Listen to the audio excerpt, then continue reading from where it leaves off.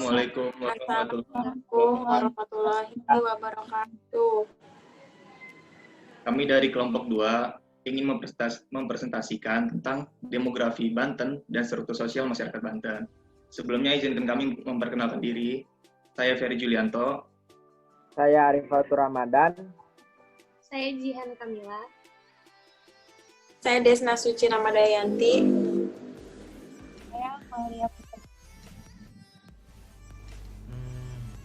Saya Arifatul Ramadan ingin mempresentasikan tentang demografi Banten dan struktur sosial masyarakat Banten. Yang pertama yaitu pembahasan. Kami di sini akan membahas tentang yang ke-1 yaitu ada pengertian demografi, yang kedua ada demografi di Banten, yang ketiga sistem sosial masyarakat di Banten, yang keempat struktur sosial masyarakat di Banten, dan yang terakhir pandangan lingkungan alam, sosial budaya, dan transendental. Yang pertama yaitu ada pengertian demografi. Demografi atau ilmu kependudukan adalah ilmu yang mempelajari dinamika pendudukan manusia. Di sini juga ada pengertian dari beberapa ahli. Yang pertama yaitu Dudley Duncan. Menurut Dudley Duncan, demografi merupakan ilmu yang menekuni atau membahas tentang jumlah, persebaran teritorial, serta komposisi kependudukan. Selanjutnya ada dari David Figlas. Menurut David Figlas, demografi merupakan sesuatu riset penduduk sebagai akibat pengaruh dari proses demografi, yaitu fertilitas, mortalitas, serta migrasi. Dan yang terakhir ada menurut George W. Barclay, yaitu demografi merupakan sesuatu cabang ilmu yang menggambarkan penduduk di suatu wilayah dalam bentuk statistika. Lalu ada tujuan demografi. Yang pertama yaitu adanya sebab akibat antara pertumbuhan penduduk dengan macam-macam aspek di dalamnya. Tujuan yang kedua mendeskripsikan perkembangan penduduk di masa lalu serta pertumbuhan menyusut atau naiknya. Yang ketiga ada mempelajari jumlah serta penyebaran penduduk dalam wilayah bahkan negara tertentu. Dan tujuan yang terakhir yaitu dapat meramalkan kependudukan yang akan datang dan kemungkinan konsekuensinya. Selanjutnya akan dijelaskan oleh rekan saya. Setelah kita mengetahui pengertian dan tujuan dari demografi, di sini demografi juga memberikan beberapa manfaat. Pertama, demografi memberikan manfaat untuk membantu pemerintah dalam mengevaluasi kinerja pembangunan dengan memperhatikan atau melihat komposisi penduduk di masa lalu dan masa kini dan berbagai macam aspek yang mempengaruhinya. Kedua, demografi juga membantu pemerintah dalam membuat rencana pembangunan di berbagai macam bidang. Pertama, ada di bidang pendidikan, kesehatan, pertanian, maupun lainnya. Ketiga, demografi juga memberikan data mengenai tingkat pertumbuhan ekonomi suatu wilayah ataupun negara, yaitu dengan melihat jumlah lapangan pekerjaannya, jumlah warga yang bekerja, serta hal lainnya. Lalu keempat, demografi memberikan data mengenai tingkat kesejahteraan serta tingkat harapan hidup rata-rata penduduk di suatu wilayah ataupun negara. Lalu di sini ada variabel-variabel demografi. Variabel-variabel demografi sangatlah banyak. Namun biasanya yang kita kenal atau yang kita ketahui sebagai berikut. Pertama ada kelahiran, fertilitas ataupun natalitas. Kedua ada kematian atau mortalitas, migrasi, perpindahan, jenis kelamin, umur, penghasilan, agama, dan lain sebagainya. Lalu di sini ada aspek komponen demografi. Di sini ada 4 aspek. Yang pertama adalah jumlah penduduk. Apa itu jumlah penduduk? Jumlah penduduk ialah jumlah masyarakat per kapita yang jadi acuan perhitungan demografi. Lalu ada komposisi penduduk. Ya, di sini komposisi terhadap tingkatan mengkonsumsi ada 3. Yang pertama, semakin banyak penduduk yang berumur kerja produktif antara 15 sampai 64 tahun rata-rata dan makin besar tingkat konsumsi. Sehingga semakin banyak penduduk bekerja, maka penghasilan juga makin tinggi pula. Yang kedua, semakin tinggi pendidikan, maka semakin besar pula tingkat konsumsinya. Sehingga saat seorang makin tinggi pendidikannya, maka kebutuhan hidupnya semakin banyak. Yang terakhir, atau yang ketiga, yaitu semakin banyak penduduk yang tinggal di daerah kota, pengeluaran konsumsinya juga akan semakin tinggi. Karena biasanya orang kota cenderung lebih konsumtif daripada di pedesaan. Lalu ada distribusi penduduk. Mengenai distribusi penduduk berarti penyebaran penduduk yang berkaitan dengan aspek geografis tempat tinggal seseorang. Berarti akan berkaitan pula dengan pola pemukiman penduduk tersebut. Lalu terakhir, faktor-faktor non-ekonomi. Aspek-aspek ini misalnya adalah pola hidup sehat, kebiasaan makan, dan perubahan etika. Sini saya akan melanjutkan presentasi mengenai demografi wilayah Provinsi Banten dan struktur sosial masyarakat Banten. Wilayah Provinsi Banten memiliki luas wilayah sebesar 878.400 hektar, di mana wilayah Provinsi Banten ini dibagi menjadi beberapa kabupaten dan kota, yaitu Pandeglang, Lebak, Serang dan Cilegon, dan Tangerang. Masing-masing kabupaten dan kota ini memiliki luas wilayah yang berbeda-beda, yaitu Pandeglang sebesar 274.690 hektar, Lebak sebesar 285.996 hektar, Serang dan Cilegon memiliki luas wilayah 188.739 hektar, dan Tangerang memiliki luas wilayah paling kecil yaitu sebesar 128.975 hektar. Dari total luas wilayah tersebut dibagi menjadi 2, yaitu luas lahan sawah dan luas lahan kering, di mana di Provinsi Banten lebih banyak luas lahan kering dibandingkan luas lahan sawah. Yang kedua, saya akan menjelaskan mengenai daerah administratif wilayah Provinsi Banten.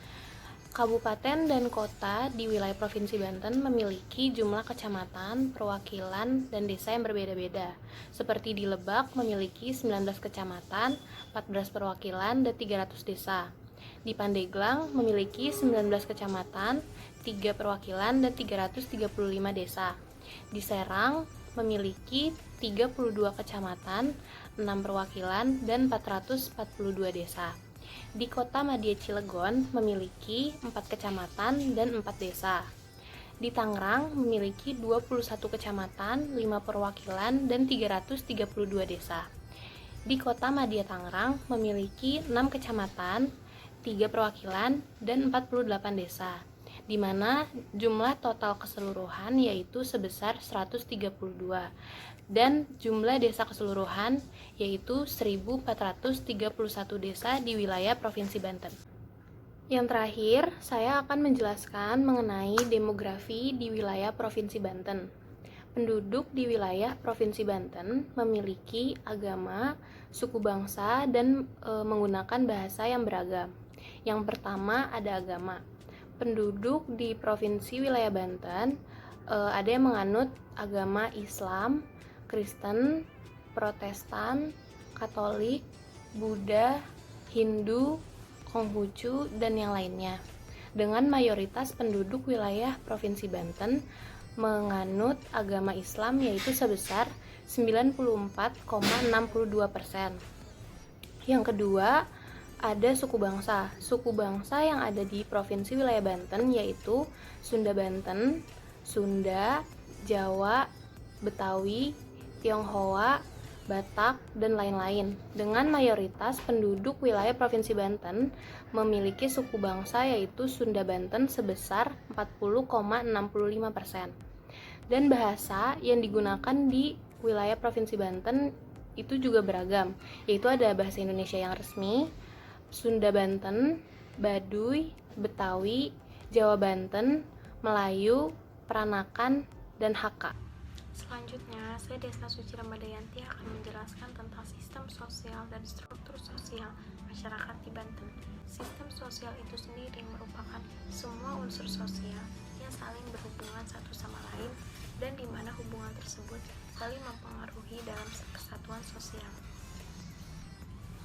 Sebagai contoh, kehidupan sosial semasa Sultan Ageng Tirtayasa cukup baik karena Sultan Ageng Tirtayasa sangat memperhatikan masyarakat Banten dan selalu mensejahterakan masyarakatnya. Namun, ketika Sultan Ageng Tirtayasa wafat dan adanya campur tangan Belanda, kehidupan sosial masyarakat di Banten sangat merosot tajam. Yang kedua, struktur sosial masyarakat di Banten. Struktur sosial masyarakat Banten dari beberapa catatan orang asing yang mengunjungi Banten pada masa Kesultanan menggambarkan bahwa struktur sosial masyarakat Banten dibagi menjadi 4 golongan. Yang kedua, struktur sosial masyarakat di Banten. Struktur sosial masyarakat Banten dari beberapa catatan orang asing yang mengunjungi Banten pada masa Kesultanan menggambarkan bahwa struktur sosial masyarakat Banten dibagi menjadi 4 golongan. Yang pertama, golongan raja dan keluarga. Golongan ini memiliki status sosial yang paling tinggi karena mereka memiliki fungsi dan jabatannya sebagai pemegang kekuasaan politik dan ekonomi. Yang kedua, golongan elit. Kelompok ini memiliki status sosial tinggi karena jabatannya seperti Syah Bandar, Senopati, ulama, bangsawan Mangkubumi.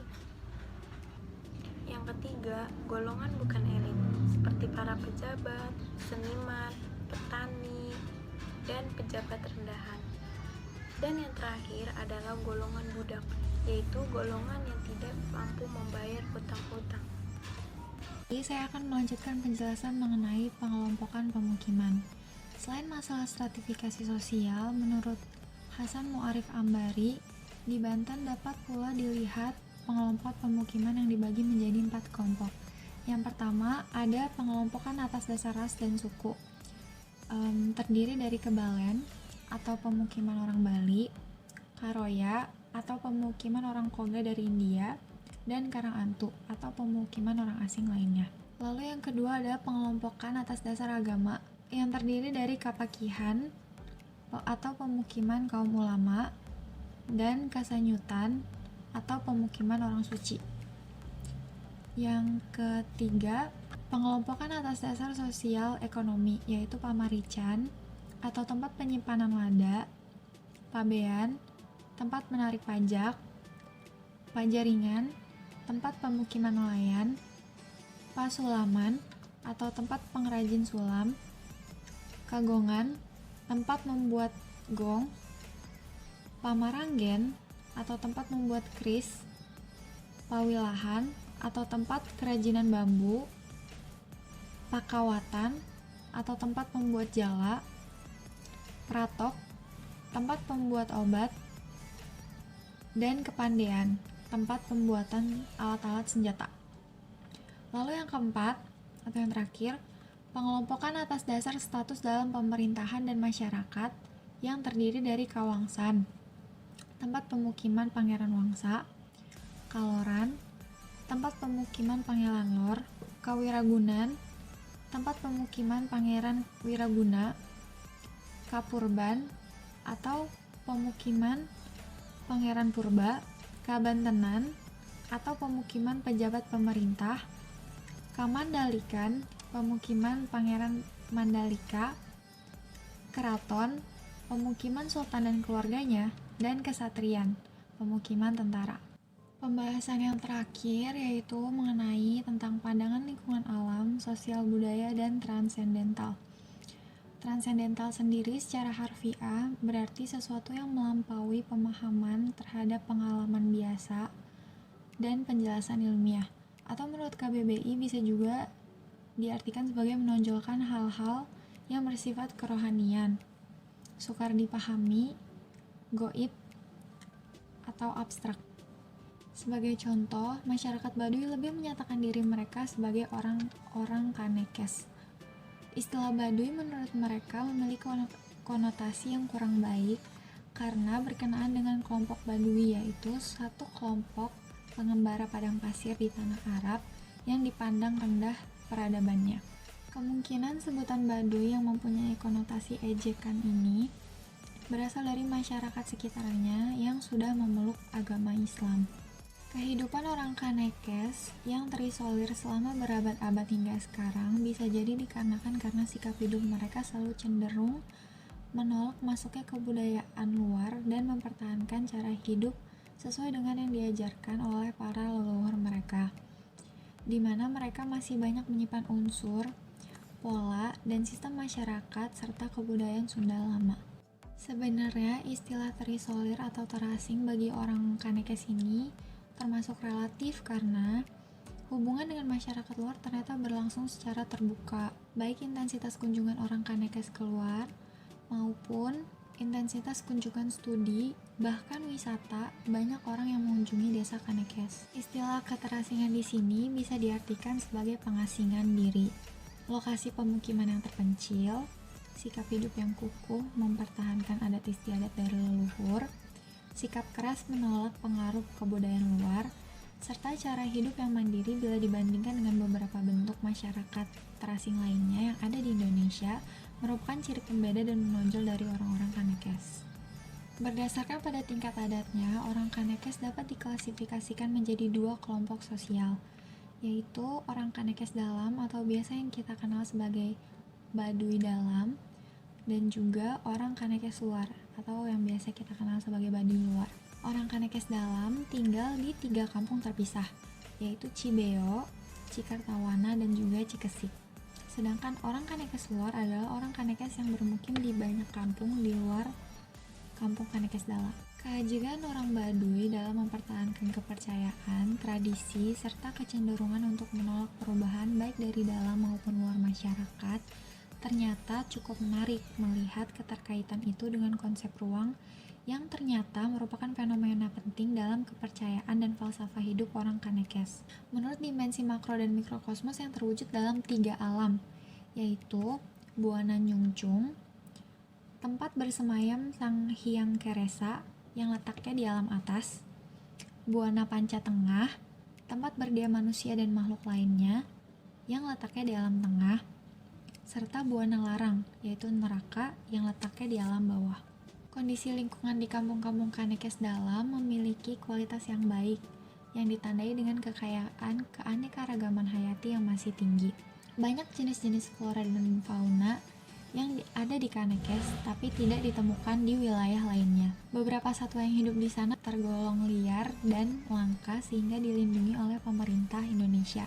Kemandirian hidup mereka menciptakan interaksi masyarakat dan lingkungan yang sangat erat dan saling tergantung. Pandangan mereka dalam kelestarian lingkungan sama dengan pemikiran dalam pembangunan berkelanjutan, di mana mereka beranggapan bahwa kerusakan lingkungan atau perubahan terhadap lingkungan akan mengancam sumber kehidupan mereka yang berakibat kepada kelaparan dan kekurangan secara ekonomi lainnya. Prinsip dan falsafah kehidupan di Kanekes merupakan instrumen utama bagi pengelolaan lingkungan di sana.